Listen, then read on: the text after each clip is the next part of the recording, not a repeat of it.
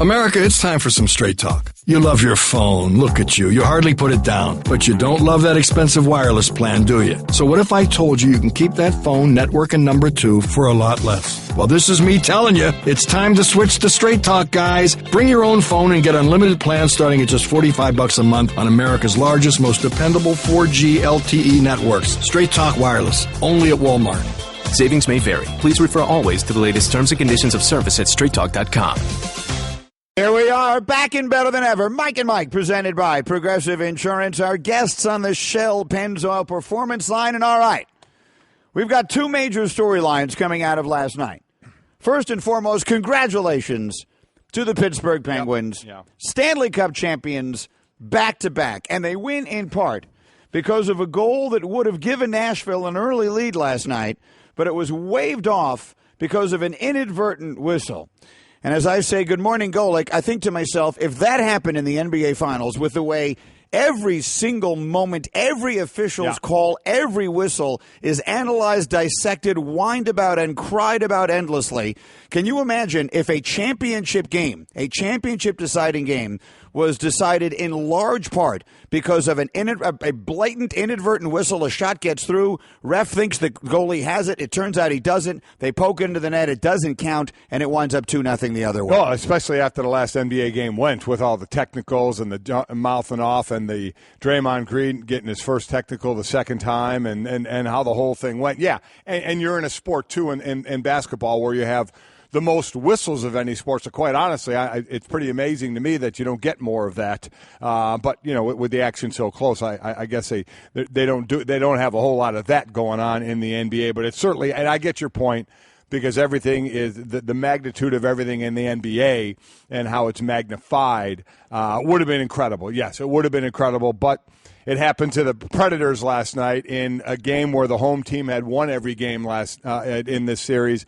Thought they were going to be able to pull this one off and get it back to Game 7 in Pittsburgh. And it doesn't happen, and so congratulations again. The Penguins are back-to-back Stanley Cup champions led by their superstar in Sidney Crosby, and let that conversation begin. I saw some of it with Barry Melrose last night. I've seen some columns in other places. Time to start assessing Sidney Crosby's all-time place in the history of the sport. When you look at 3 Stanley Cups, you look at the gold medals, you look at what he has meant to the sport over this period of time. It is inarguable that he is among the handful of greatest players in the history of the sport. The question is, just how high do we go? I'm seeing people say, at this point, Sidney Crosby is one of the 5 greatest hockey players that ever lived. That's where it's going to be with him, and obviously he's not done. I remember we had him on the show after he went through the concussion, and he certainly had a few in his career when he used to be the young guy. We're talking about the Connor McDavid and the Austin Matthews of the world. He used to be that. Now he's the old vet here and where he's going, but he's still going, and oh, by the way, they're still the favorites to win next year and go 3 straight. They're the first to go 2 straight since the 97-98 Detroit Red Wings, and Sidney Crosby's your Conn Smythe winner as well. He goes back-to-back years on it. But the missed goal, things like that happen. It's a shame. What a game it was. Scoreless first period. First minute of the second period, it's a shot off the right side of Matt Murray, and unfortunately for Nashville, that's where the referee Kevin Pollak is as well. And Murray makes the save, but the puck dribbles past him right into the middle of the blue, and Colton Sissons is right there to just poke it in. But unfortunately, as I mentioned, the ref is off to the right and behind a little bit on Murray, and he blew the whistle. And when you watch the replay, full sound, you hear the whistle. You absolutely hear the whistle before Sissons knocks the puck in. So it was by the letter the correct thing to disallow the goal, but it was a big mistake by Kevin Pollak. It was a mistake by the referee for the inadvertent whistle. But as PK Subban, I think was it he who said it, or I forgot who said that. Sports? Who said that? Sports. One of them said that. Sports. Yeah. We talked about this in the NFL. You get X amount of inadvertent whistles a year. It happens. The referee thinks a knee is down or somebody steps out of bounds. I think that's the last one we talked about. A guy running down the sidelines, an inadvertent whistle. It happens, and there's nothing you can do about it. But just say, you know what? The referee saw what he saw, blew the whistle because of what he thought he saw, and it was a mistake. But unfortunately, in Game 6 of the Stanley Cup, when the Predators need the win to send it to Game 7, it gets magnified in a game that was short on goals, something we hadn't seen a whole lot of in this series. And it was a scoreless first period, and this was right in the beginning of the second period. Would have put Nashville up 1-0. You don't know what would have happened at that point. There was still a lot of hockey left, but being up 1-0 is a lot better than zip. We know for sure they wouldn't have lost 2-0. No, they would not have. No, that much we know for sure. And the second goal was they scored. We'll get into it and off the top a little more. But the first goal they scored with 1:35 to go in the game. The second goal was an empty netter. Right. So I mean, this was really a 1-0 game, which Nashville could have had that goal at the beginning of the second period. Yeah, and listen, I don't have an emotional stake in this. Yeah. And if you were watching the game or if you heard any of the sound afterwards, and you'll hear it when we play the highlights for you, the crowd certainly let the officials know how they felt about it right up till the very end, which is totally acceptable. All I'm saying is when you watch an NBA game, if you're following it along on Twitter, every single call, people are saying, the referee should be fired. They've destroyed the game. The league is a joke. Everything is a joke. Right? They go crazy on every single call.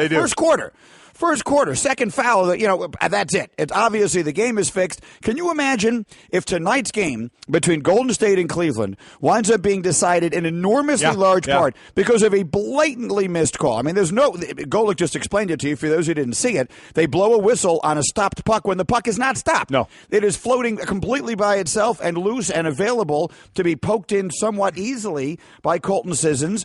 And the ref doesn't see it. And again, it's an honest mistake. Yeah, it is. But for some reason, we accept honest mistakes in some sports, and we don't in others. Let's just hope the call isn't against Draymond Green tonight, or Mom's going to be out there tweeting again.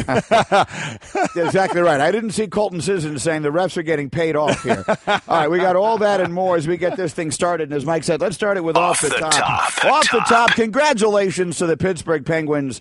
They win it 2-0 last night.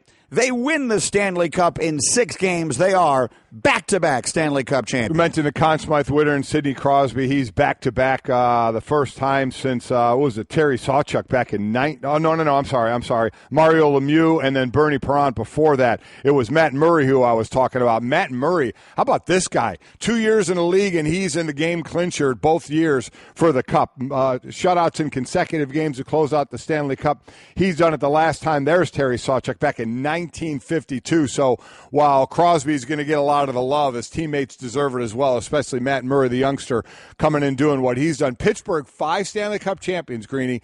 Every single one of them, the game clincher, won on the road. Yet to celebrate that in their home arena. Meanwhile, Warriors will look to celebrate in their home arena tonight.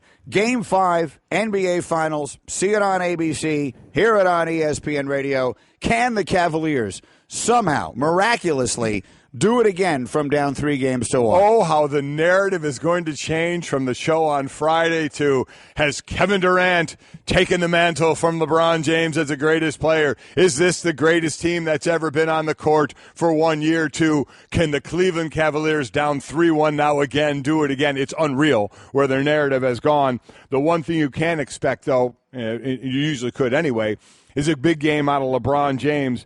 LeBron James is averaging 32.5 points per game when facing an elimination. It's the most by any player in NBA history. So I would imagine he's going to have another big game, probably another triple-double. Who knows? But let's see if they can shoot as crazily hot as they did in that game Friday night to get a second win. Now, I'll give you further thoughts on it when we get to it in a minute. But I'll tell you the one thing LeBron can't do tonight, and that's sit for a minute. He can't sit for a minute. They can't play without him for a minute. Oh, we talked about that one. 120 seconds he sat, and the roof caved in. Yeah, they're like a grade school team when he's not on the court. All right, U.S. played to a draw against Mexico in a World Cup qualifier yesterday. 1-1 draw at Estadio Azteca on Sunday night, earning a road point at Mexico in World Cup qualifying, just the 3rd time ever. They did it in 97 and 2013. Here's a team, Greeny, that from 1937 to 2009 were 0-23-1 in road games in Mexico, but in the last 3 they're 1-0-2, so getting a little better. Off the top. Here comes the judge. I like the way you say it. Yeah, here comes the judge. Aaron Judge reached new heights yesterday. He hit the longest home run that has been hit since ESPN began tracking such things in 2009. 496 feet. This guy is just, when we first started talking about him a bit ago, and he was getting going in these home runs that he's hitting at 6'7", 280 pounds. To me, him hitting a long drive with his size isn't stunning to me. Now, this was just an unbelievable monster shot. Watching this guy run around in right field, to me, is one of the more amazing things at his size. And, oh, by the way, don't just call him a home run hitter. He, right now, is your Triple Crown winner in the American League. He's leading an average at 344, home runs with 21, and 47 RBI. So he's doing it with hits and home runs. And with Mike Trout hurt, I think he's like well, as a ridiculous thing to say, in June 12th or whatever this is, feels like a lock for MVP. I mean, he's an overwhelming favorite right now. Obviously, he leads in everything. Yeah, leads in everything, and the Yankees are putting it together a little earlier than some would have thought. You all saw what Sanchez did last year. I think he played only 53 games and had about 400 home runs. He's starting to warm up as well, so the ball's going out of the park for the Yanks. Off the top. Finally, congratulations, Rafa Nadal, whose domination on clay in Paris. He won his 10th French Open yesterday, and I've got some numbers that are going to suggest that no one has ever been more dominant anywhere than Rafael Nadal has been at Roland Garros. Yeah, we definitely have some numbers on that. There's only one person in tennis that has won more in one of the single in the majors, and that's Margaret Court. Won the Australian Open 11 times, and obviously Rafa Nadal 10 with the French Open. So 15 majors, as you mentioned, overall, Grand Slams overall, only trailing Roger Federer, who has 18. Yeah, we'll get a little more into Nadal later. We'll make that off the top. With us here on Mike and Mike, it's brought to you by Zipa. Go to Zipa.com. That's ZYPPAH.com. And get a Zipa so you can stop snoring and enjoy the summer. It is very nice to be back and better than ever and see all of you. You were gone for a long time. I was gone a long time. I'll explain why coming up a little later in the show because we have important things to get to. But but that's pretty cool, too. I love how they do a lot of the do you dare call them old school competitions and stuff? Yeah. It's very cool. We shot a reboot of Battle of the Network Stars, which if you're under the age of 30, you have no idea what we're talking about. You really have no idea what you're talking about. But if you're Mike's age or mine, that was a classic 1970s TV show that's going to air this summer on ABC. And I'll let you know when it's coming on and all of that. But I got to play the role, essentially, of Howard Cosell. And you would have hated it because the second I put on the jacket, I started doing my Howard Cosell impersonation, and I didn't stop for 2 weeks. I saw you and Tessitore, Joe, doing it with him. We're wearing the gold ABC Wild World of Sports jackets, which is cool in and of itself right there. The classic jacket. That is a neat thing. But you're right. I would have had to club you over the head with a 7-iron. And here's the other thing. Doing that. Tessitore does it even more than I do. Oh, my gosh. So we were incorrigible. Yeah. But anyway, thank you to Trey and to Adnan and everybody else for the last couple of weeks. I have certainly been doing my best to keep abreast of all the things that have been going on, and most of them, of course, have surrounded the NBA Finals, and away we go tonight with Game 5, Cavaliers and Warriors. So I'll chip in quickly because you mentioned that the topic here, and again, I was on the West Coast, so I heard every single day in the car on my way to where we were working, I heard the last half hour of the show. Right. I didn't get to hear much because, it's 6 o'clock in the morning out there. It's 3 o'clock in the morning when we start. But the narrative about LeBron and Kevin Durant, would it be insane for me to say that if having watched the first 4 games of this series, if you asked me to pick the most valuable player in the 4 games of this series to this point, I would still say it has been LeBron James. I could understand why you would say that. I remember 2 years ago you saying he should be the MVP even when they lost because he was playing with nobody. I understand. I wouldn't say you were crazy, no. Kevin Durant would be the MVP for the way he's playing, but I certainly understand what you're saying. Well, given the one, and I know where you're going to go, the 46 minutes he played when they were +7, and the 120 seconds he sat on the bench and they were -12 was ridiculous. It was stunning how it looked like they didn't know how to play basketball when he wasn't on the court or leaving guys open under the net. It was ridiculous. It was ridiculous, and the reason I would not, 2 years ago when they lost in 6 games, I actually, if I had a vote at the end of that series, would have voted LeBron the MVP. Yeah. Right now, I would not. Clearly, Kevin Durant has earned the MVP award. I would vote for him now. And another part of the reason is that LeBron was all by himself 2 years ago, and he isn't now. No, Kyrie Irving is ridiculous, yep. And he's phenomenal, and he was a huge part of the reason they were there in Game 3, and he was a huge part of the reason that they won Game 4. So I wouldn't give it to LeBron because, in my opinion, in order to give it to a player on the losing team, it has to be so not even close that you couldn't even consider it any other way, and I would have done that with LeBron 2 years ago. But I would say that would make, to me, the narrative of has KD displaced LeBron as the best player in the world ridiculous. And so I didn't get to hear you and Trey much with your takes on that. Well, I think it's ridiculous. We had more than a few people have been saying that. Stephen A. was one that came on, and we kind of went back and forth with it. No, I do not think that at all. Trey does not think that at all. I think the best point that Stephen A. made and people have made is not how great Durant is playing, but Durant is doing it against LeBron when LeBron is covering him. That is the biggest part of all of this is a lot of those numbers are coming at the expense of LeBron guarding Kevin Durant. Not all the time, but a decent amount of the time. Sure. And Durant has been playing well. But to me, no. It is. There have been two narratives that are coming out of this. Is Kevin Durant now the best player in the NBA? And will this team go down as the greatest single-season team? That may have gone out the window because of one game. If they had gone 16-0, it would have set a record, breaking the 0-1 Lakers 15-1 record. Again, they only needed 15 wins because one of the series was best of 5, not best of 7. Right.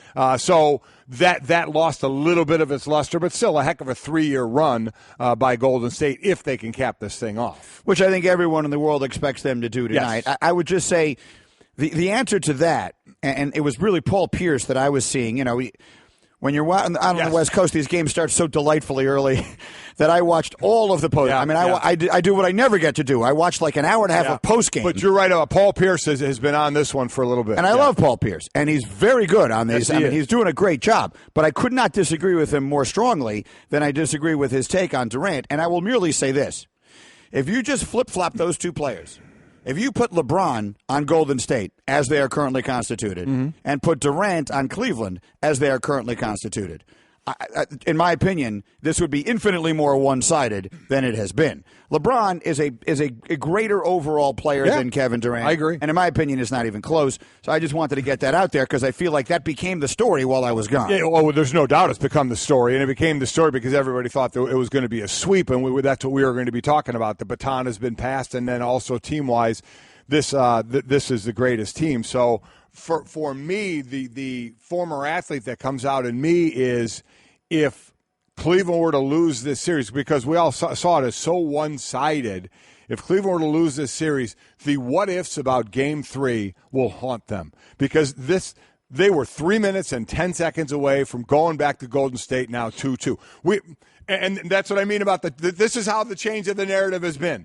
Golden State's dominating. Golden State, one of the greatest teams of all time. Cleveland can't hang with them, even when they're playing well, even when they shoot 61% in the first quarter. They still lose the quarter. All the things against them. And now it's, oh, my God, make a couple of buckets in the last 3 minutes.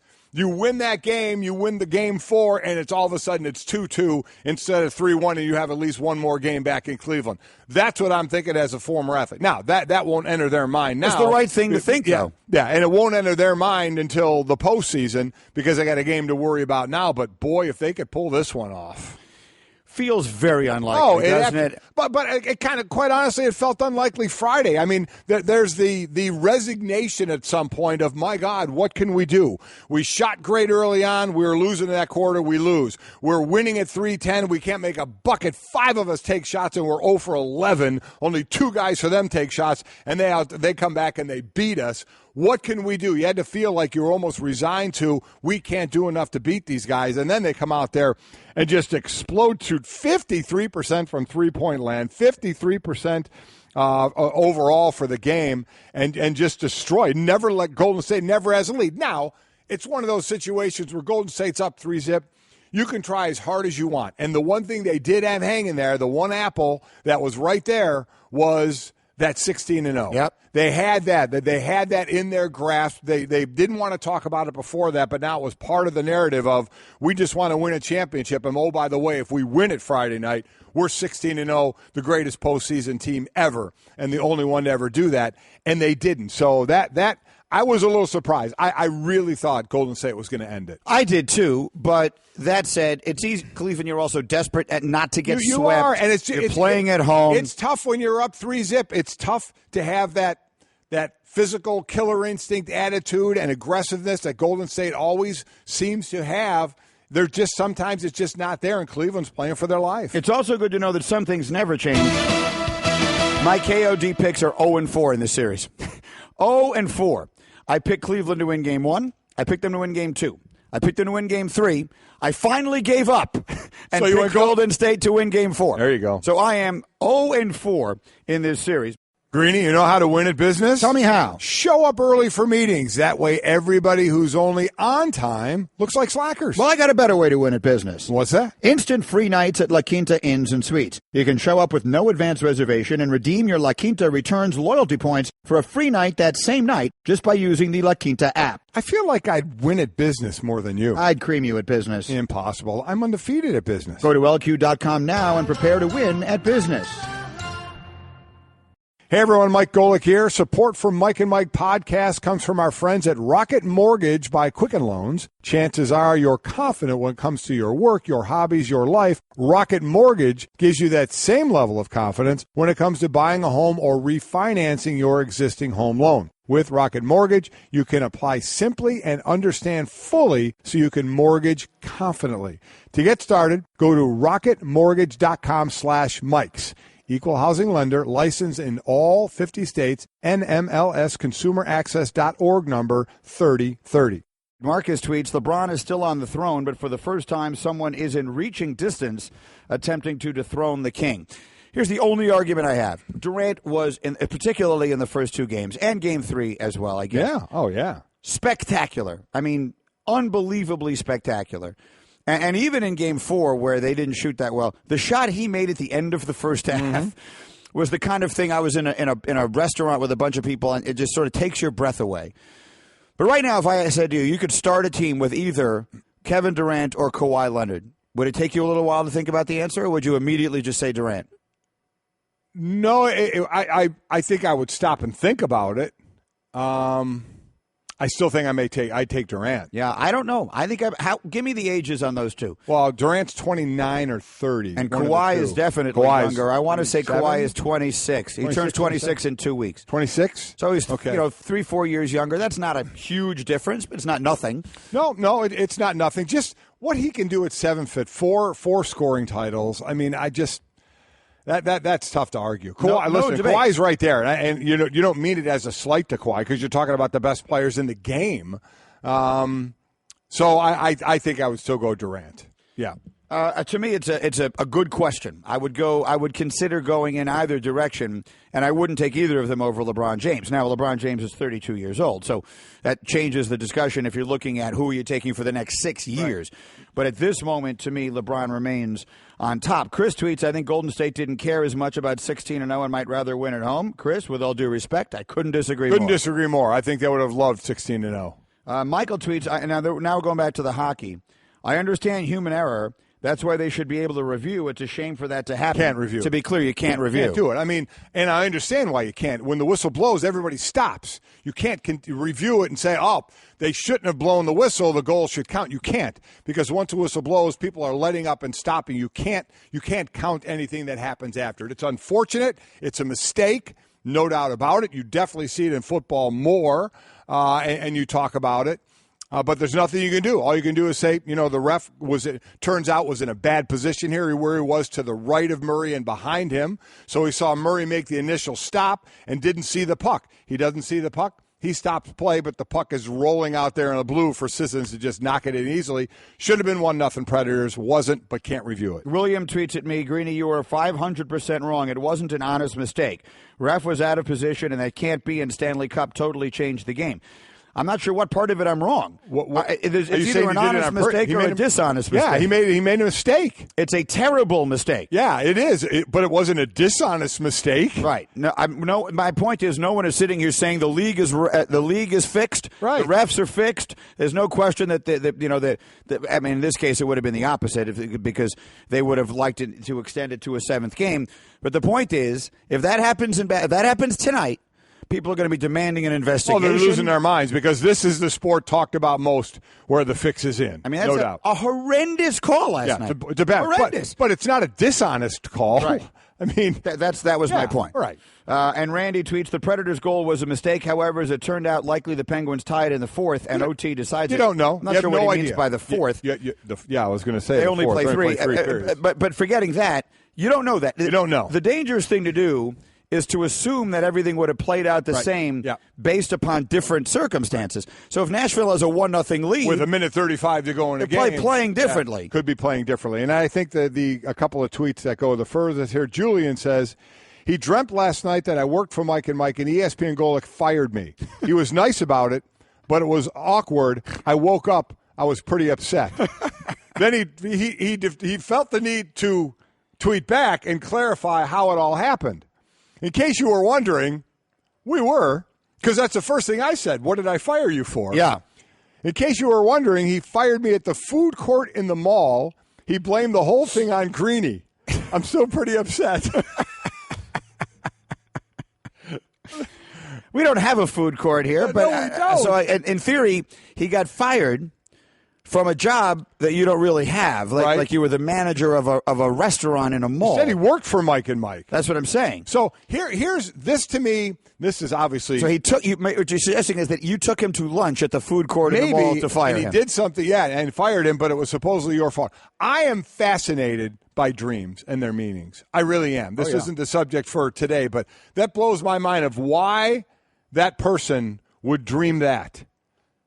And they'd be working for us, and I fire him at the mall. Let's do a study. Tweet him back that we would like to put together like a study of all the things that happened to him yesterday, the day before, theoretically right back to the beginning of his life. Because it actually could trace back to something from his childhood. The reason I'm not going to tweet him back is I'm going to just assume he's listening or watching, and he just heard you say that, so maybe he'll tweet that. Here's what I need you to do. What's his name? Julian. What's his handle there? At Julian C. Morales. Okay, so at Julian C. Morales. We will all follow. The rest, I want you to go back to literally the very first memory you have of your childhood and just tweet everything that has happened. And somewhere along the way, we will find what it was. It will make sense because it does. There is an explanation for this. Yeah. There'll be a connection. But it could be something that happened when you were 5. Or just tweet us why you think you dreamt this. Yeah. If you have a theory. Julian, whichever's easier for you. Yeah, there you go. Okay, Mike and Mike. Let's get to this. LeBron James has a positive plus-minus in these NBA Finals. In minutes that LeBron James is on the court, the Cavaliers have outscored the Warriors by 6 points. They have been outscored by 31 points in the 26 minutes that he hasn't played. Extrapolated over the course of one game, that's equivalent to a 57-point loss. The Warriors are basically 57 points better than the Cavaliers are without LeBron James. You could take Kevin Durant off of the Warriors. The Cavaliers would probably win. They wouldn't win by 57.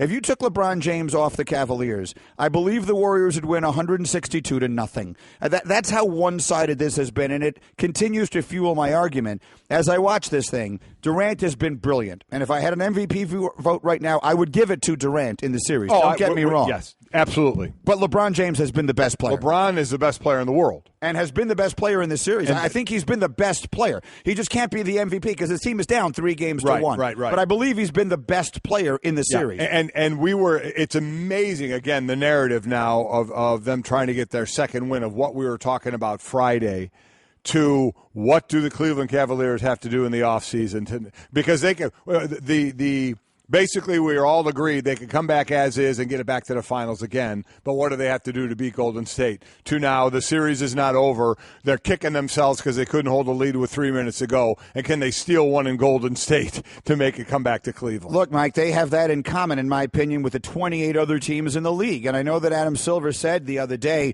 we celebrate excellence in this league because what's he going to say? He's the commissioner. So he can't sit there and say this is a disaster. We have a team that no one can stop and no one can do anything with, and thank God it didn't go 16-0. Yeah, and so maybe we'll get some drama out of this thing, but I'm not betting on it. No, I think not they're going to win tonight easily, and that's going to be it. And in my opinion, I know you want to say I'm alone. I know the ratings have been up for this because you were hoping that you would at least get something good out of this. In my opinion, this is a terrible thing for the NBA. By the way, we all had basically Paul George on the Cavs next year.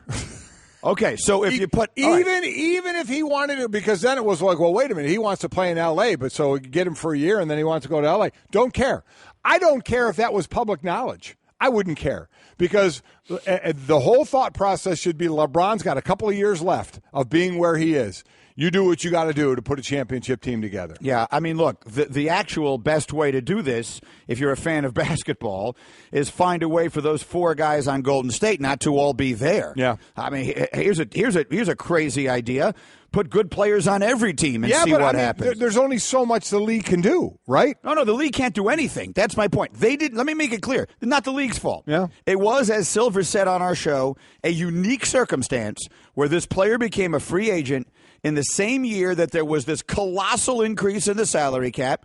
He was well within his rights to do what he did. I don't blame Durant at all. I do not blame him. Nope. Despite the fact that the sum total of what he did, in my opinion, is a disaster for the league. But that's not his concern. He should be concerned with what's best for him. And if he thinks it's what's best for him, I'm not here to tell him he's wrong. But I do believe the result is terrible. Now, if you're going to put Paul George on the Cavaliers, okay, we'll have a different conversation. But I don't see that. The realistic one, I guess, is Chris Paul to San Antonio. Right. That was the other thing we talked about as well. Yeah. Does that make them a legit threat? Because we're all hanging on the 23-point lead or whatever it was in Game 1 until Kawhi Leonard got hurt. Yeah. And it just disappeared. So, yeah, putting Chris Paul there, yes. Those were the 2 things we did as we were trying to not fix the league, but see who was going to compete against Golden State. So, I mean, in theory, would that mean Golden State had some legitimate competition? Is there something that the Clippers could do that would make that's all we had to talk about because we thought the series was going to be over. So, that changed. Yeah. So we got one more game out of it, and we'll see. I will be very, very pleasantly surprised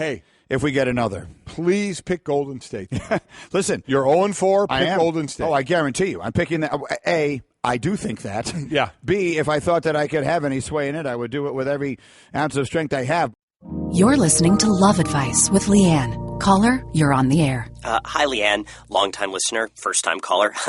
Why, in your professional opinion, do you never take my calls off the air? Is this Carl? Yep, it's Carl.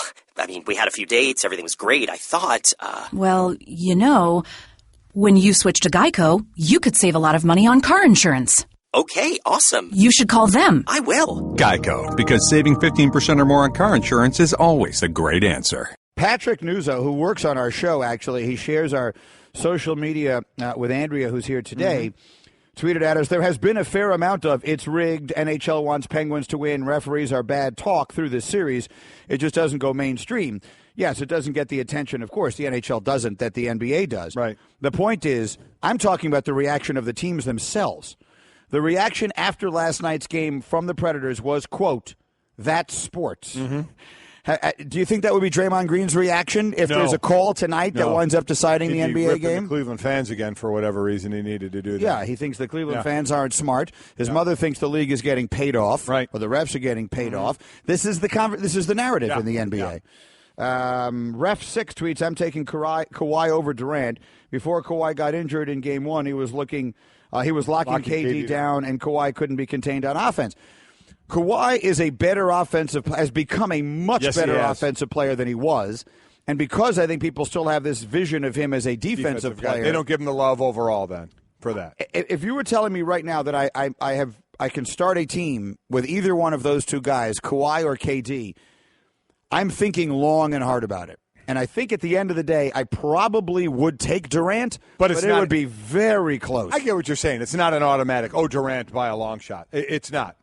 Kawhi Leonard deserves a lot more credit than that, without question. And then Money Mike tweets, Golden State has shown us all that they are beatable twice in the postseason, so the Cavs and Spurs only need about 1 player added. Let's do Straight Talk, brought to you by Straight Talk Wireless. Best phones, best networks, no contracts. I wanted to mention this. Rafael Nadal winning the French Open yesterday. He surpasses Pete Sampras in terms of total slams won, so he trails only Federer now in that.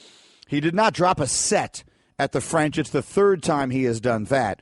And he has now won the French Open 10 times. 10 times. So if you want to look at the total domination of an event, or if you want to use a locale in his career, Rafael Nadal at Roland Garros, They put together a list that I really liked, and I think the thought they sent it to me was, hey, do you want to do a comparison? Which one is the most? I don't want to. But it is a good list. I saw the list. A good list. Just read them and just look at the way some people have dominated some places. So the total dominance, again, Nadal has won the French Open 10 times, 3 of which he did not even lose a set. Here are some other total dominance. Tom Brady in home games, Gillette Stadium, is 101-16. That is the best home record by any quarterback to debut since the merger in 1970. Jack Nicklaus, we all know, won the Masters 6 times. Right. That's the most wins at a single major venue.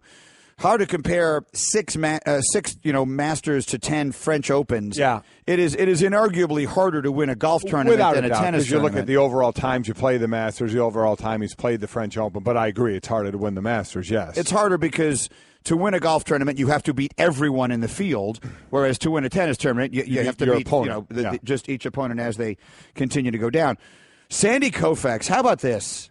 Sandy Koufax at Dodger Stadium had an ERA of 137. His ERA at home was 137. That's the lowest ERA at a single ballpark by any pitcher since earned run average became official in 1913. Clayton Kershaw, meanwhile, has a 129 ERA in San Francisco. Yeah. His 129 ERA at AT&T Park is the lowest by any visiting pitcher at a ballpark since earned runs became official in 1913. Jimmy Johnson won 10 races at the Dover International Raceway, and Floyd Mayweather 15-0 in his boxing career at the MGM Grand. Of course, he never lost a fight anywhere. Never lost a fight anywhere. So those are just some individual areas of dominance. If you had to pick the one that impresses you the most, which one would it be? Oh, my gosh. That's hard. And how many starts did I was Sandy just going to say, Koufax have you at have to start Dodger to look Stadium? at that. Like, how many starts did he have there? Obviously, Kershaw had a lot less starts in San Francisco than Sandy Koufax had in L.A. How many starts did Jimmy Johnson have at Dover to get the 10 titles? How many times has Rafa won his first at 19? So how many times has he played the French Open? Not many. He lost. He hasn't lost many. I'll get that for you in a minute. Yeah. I'll get it for you. So I think you have to take those into consideration. How about Brady? He's won 86% of his home games. That's pretty impressive. 101-16 at home as a starting quarterback. It's a good sample size, too. It's a good 117 games is a nice sample size. It's a ridiculous sample size, and it covers an extraordinarily long period of time. And that's the only one as you look at this list. Well, it's not the only one that's a team sport because baseball is a team sport, but the individual pitchers are only pitching in the games, and this is what I'd make a stupid statement. They're only pitching in the games in which they pitch. Well, there you go. So there is nothing that ever happens that they can't really affect. Yes, they can't affect their own offense, but they have more control over any individual game than a quarterback does.